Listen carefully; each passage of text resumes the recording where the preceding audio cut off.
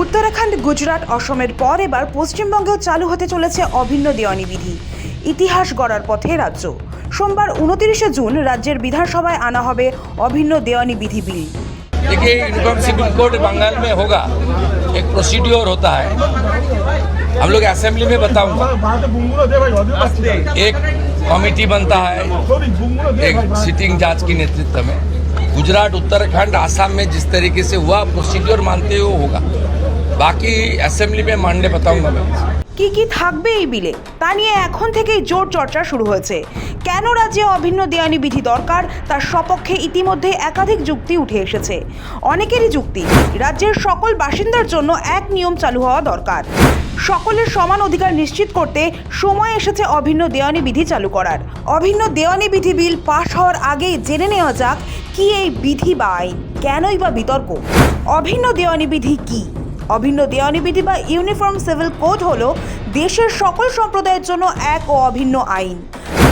বিবাহ বিচ্ছেদ, সম্পত্তিতে উত্তরাধিকার, সন্তান দত্তক ইত্যাদির মতো ব্যক্তিগত বিষয়ের ক্ষেত্রে সকল ধর্মীয় সম্প্রদায়ের জন্য একটি আইনের কথা বলা হয়।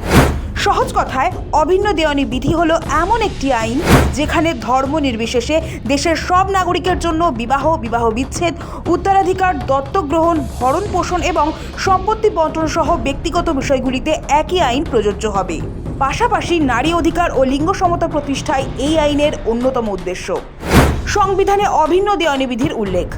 সংবিধানের 44 নম্বর অনুচ্ছেদেও অভিন্ন দেওয়ানি বিধির সপক্ষে বলা হয়েছে। সেখানে বলা হয়েছে ভারতের নাগরিকদের জন্য একটি অভিন্ন দেওয়ানি বিধি তৈরির চেষ্টা করবে রাষ্ট্র।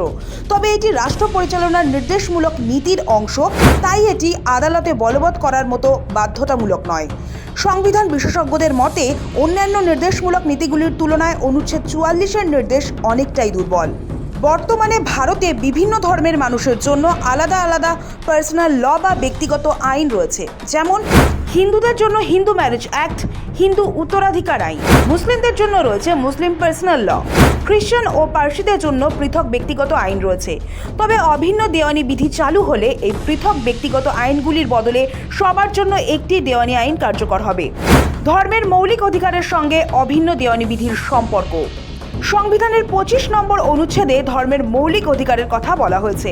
অনুচ্ছেদ 26-এর খতে বলা হয়েছে প্রতিটি ধর্মীয় সম্প্রদায়ের বা তার কোনো শাখা তাদের ধর্মের নিজস্ব বিষয়গুলি পরিচালনা করবে।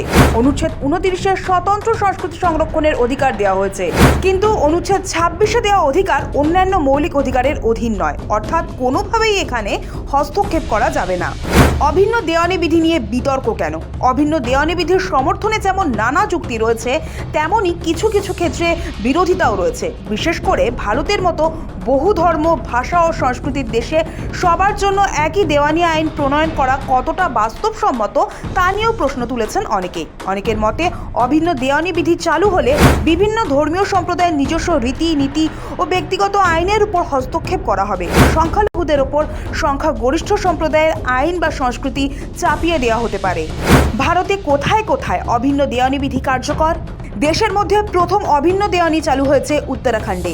2025 সালের জানুয়ারি মাসে উত্তরাখণ্ডে এটি কার্যকর হয়। এরপরে গুজরাটেও অভিন্ন দেওয়ানি বিধি চালু হয়। অসমে অভিন্ন দেওয়ানি বিধি কার্যকর করতে বিল পাশ হয়েছে ইতিমধ্যে। অন্যদিকে গোয়ায় দীর্ঘদিন ধরে অভিন্ন দেওয়ানি বিধির মতো গোয়া সিভিল কোড চালু রয়েছে। পশ্চিমবঙ্গ চতুর্থ রাজ্য হতে চলেছে। পশ্চিমবঙ্গে ইউসিসি বিল পেশ হলে তা নিঃসন্দেহে রাজ্যের অন্যতম বড় রাজনৈতিক ইস্যু হয়ে উঠবে। বিজেপি একে নারীর অধিকার, সমান নাগরিক আইন এবং সুশাসনের প্রশ্ন হিসেবে তুলে ধরবে। অন্যদিকে বিরোধীরা ধর্মীয় স্বাধীনতা ও সংখ্যালঘুদের অধিকারকে সামনে রেখে এর বিরোধিতা করতে পারে। তবে বিজেপির মতে অভিন্ন দেওয়ানি আইন কোনো ধর্মের বিরুদ্ধে নয়, বরং সব নাগরিকের জন্য একই দেওয়ানি আইন নিশ্চিত করার সাংবিধানিক উদ্যোগ। সেই লক্ষ্যেই পশ্চিমবঙ্গেও এবার আইন প্রণয়নের পথে এগোচ্ছে শুভেন্দু অধিকারী সরকার। সূত্র বলছে পশ্চিমবঙ্গের প্রস্তাবিত বিলেও পাহাড় ও জঙ্গলমহলের কিছু বিশেষ সম্প্রদায়ের প্রচলিত রীতি নীতি এবং সাংবিধানিক সুরক্ষার বিষয়টি বিবেচনায় রাখা হতে পারে। তবে এ বিষয়ে চূড়ান্ত সিদ্ধান্ত বিল পেশের সময় স্পষ্ট হবে। ব্যুরো রিপোর্ট, সময়, কলকাতা।